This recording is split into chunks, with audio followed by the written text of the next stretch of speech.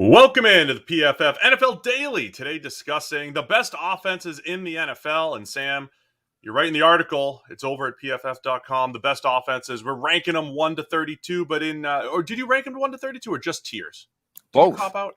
Okay. No. They're in tiers and ranking 1 to 32. I like to cop out and just do tiers because, 32 and 31, and nobody wants to be there. But Let's go through the best offenses. So right now it's through 6 weeks. There's a little bit of past in there, a little bit of looking forward. But who's the best offense in the NFL by the new rankings?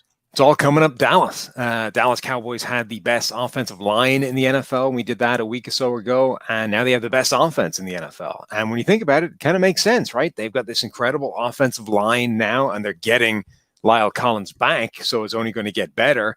Dak Prescott is playing as well as he ever has.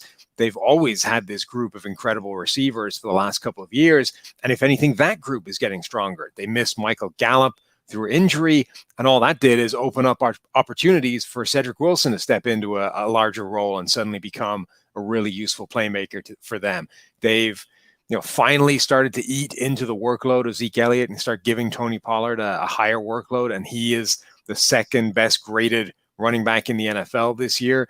And all of it is being helmed by Kellen Moore, one of the smartest offensive coordinators in the NFL, who's already shown the adaptability to take whatever a defense is giving them and completely change his game plan and his offense week to week, depending on what defense is going up against. So I think Dallas is the best offense in the NFL right now.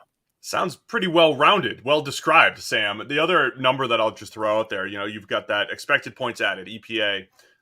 They're not number one in that particular number, but the percentage of positive EPA plays. I think the Cowboys have done the best job of just keeping the offense on schedule, moving the chains, getting it to manageable down and distances. So just on a per play basis, they've got the highest percentage of just positively, successful plays. And I do think the run game has been a big part of that. It's just another nice compliment that they can have Zeke and Tony Pollard running behind that good offensive line, adding efficiency to a dynamic passing attack. So love the Cowboys at number one, trending in the right direction there for sure. Yeah, number one in yards per play, number two in scoring drive percentage. They're number one or number two in sort of all of these statistics in terms of how often they score, how often they score touchdowns, successful play rate, all those kinds of things. Their offense is absolutely cooking right now. All right, so debating the top four, I think, was tough. I don't know if there is a clear cut, but we're got with the Kansas City Chiefs at 2, the Buffalo Bills at number 3. So the Chiefs, they're 3-3. It doesn't feel as comfortable right now because they're not dominating like they have in the past. But take a step back and say, lost a heartbreaker, multiple heartbreakers, the Ravens, the Chargers, beat up pretty bad by the Bills. But the Chiefs offense still extremely explosive, very efficient. And that's despite all of the turnovers that always seem to come at just inopportune times. It really is the turnovers. Like, they have 10 turnovers in the opposition territory. And even with all those turnovers, remember, like, turnover in opposing territory is like a back-breaking play in terms of EPA, right? That is a massively negative expected points added type of play. Despite all of those, they're number 2 in the NFL in EPA per pass play. Despite all those turnovers, they're number 1 by a mile in touchdown drive percentage. They are number 1 in successful play rate. Like, this team, I think you could make a good case that they are the number 1 offense in the NFL, but for the turnovers. Obviously, the turnovers are a big part of that, but it isn't preventing them from still having an elite offense. It's the thing that's kind of keeping them from being, just mind-blowing and the best offense in the NFL by a distance. But even with those turnovers, they're still a fantastic group. I think it's scary that they are doing that with Patrick Mahomes, not playing like a top 5, even a top 10 quarterback on a throw-for-throw basis. Mahomes just missing a few more throws than usual this year and not hitting those big-time throws that he usually hits. They're number 2 in yards after the catch among any NFL team right now, the Chiefs. So they're creating after the catch. They're still creating offense. They're doing it not despite Mahomes, but without Mahomes playing at his very best. Yeah, ironically, Mahomes' turnover-worthy play rate is actually lower this year than it's been the last couple of years. He's getting unusually unlucky on turnovers this season when the last couple of years he was getting unusually lucky. So that variance has swung all the way back to the other direction. But you're right, the big difference between him this year and previous years is the big plays. Like, he's making a couple of them, and every week you can pull out 1 or 2 plays where you're like, wow, this is Mahomes. This is what makes him freaky, but he isn't making as many of them as he did last year and the year before. We'll get to the Bills in just a minute, but don't forget, NFL fans, if you're hungry for a big win this week, it's DraftKings Sportsbook, an official sports betting partner of the NFL. They got you covered. New customers can bet just $5 on any NFL team to win their game, and if they do, you win $200 in free bets. It's that simple. It's all you have to do is bet on any NFL team to win their game, and you get that $200 in free bets. If Sportsbook's not available yet in your state, DraftKings won't leave you empty-handed. Everyone can play for huge cash prizes all season long with DraftKings daily fantasy sports contests. And DraftKings is giving all new customers a free shot at millions of dollars in total prizes with their first deposit. So download the DraftKings Sportsbook app now. Use promo code PFF. Bet just $5 on any NFL team to win their game and win $200 in free bets. If they win, you win with promo code PFF this week at DraftKings Sportsbook, an official sports betting partner of the NFL. Must be 21 or older. New Jersey, Indiana, or Pennsylvania only. New customers only. Minimum $5 deposit, $1 wager required. One per customer. Restrictions apply.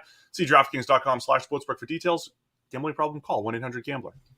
All right, we got the Bills at 3, as I mentioned, and the Tampa Bay Bucs at 4. Again, I think difficult splitting hairs here. We got teams that all have excellent receiving cores. They've got great playmakers, quarterbacks playing at a high level.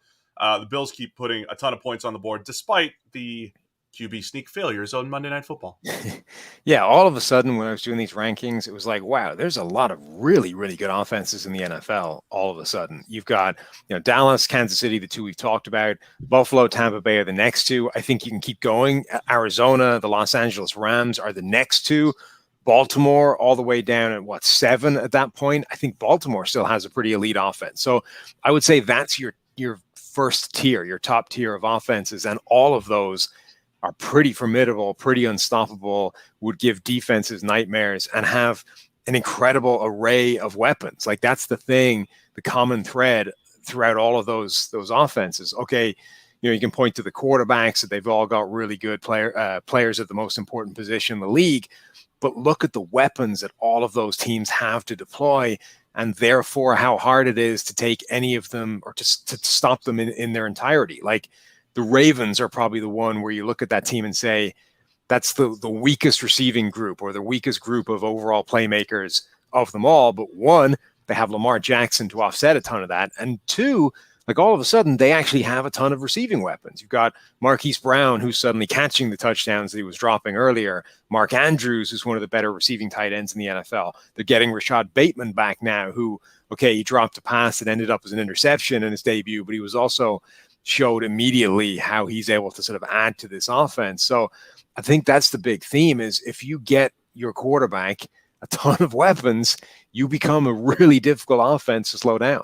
Thank you. We're going to be here 3 months from now, previewing free agency, previewing the draft, telling every team, draft 2 wide receivers and sign multiple playmakers. But that is the bottom line. I think you nailed it, right? The Ravens, they might be a little top heavy with just Marquise Brown and Mark Andrews, but it's a much better group than they've had in the past. The Cardinals adding Rondale Moore, adding AJ Green to allow Christian Kirk to move around. And, we've got Kyler Murray playing at a high level. And then the Rams, look, I like that you have them in tier 1. I might have the Rams at number 1 best offense. That pass game has been unstoppable for the most part this year. The Arizona game wasn't great, but as far as EPA per play, the Rams are right there at the top. And again, Stafford is playing well. He's playing fine. Not at an MVP level just yet. His stats are incredible because nobody can cover Cooper Kupp, and because they haven't even had to tap into Robert Woods yet. But when they need to, he's there. And oh, by the way, Deshaun Jackson just decides to get behind the defense once in a while and create those big plays. So many playmakers, the best group of playmakers the Rams have had under Sean McVay. Yeah, and actually, the fact that Matthew Stafford isn't grading that well in PFF system is an endorsement of how good the offense is overall, right? For them to be putting up these numbers where Stafford is getting legitimate MVP hype, and that hype is only going to intensify if you look at who the upcoming opponents they have on the schedule are. The fact that he isn't grading that well means that everything else is flying, right? McVay's system is doing a great job. The receivers are getting open. Stafford is hitting enough of those big plays. He has one of the highest explosive play rates in the NFL, which buys him a lot of wiggle room, a lot of margin for error on the stuff that isn't a big play. I think that is a good kind of case for the fact that Rams offense is incredible. But, putting them it feels like a slight, right? They're number, what, 5, 6 on this list, and it feels like an insult, disrespect.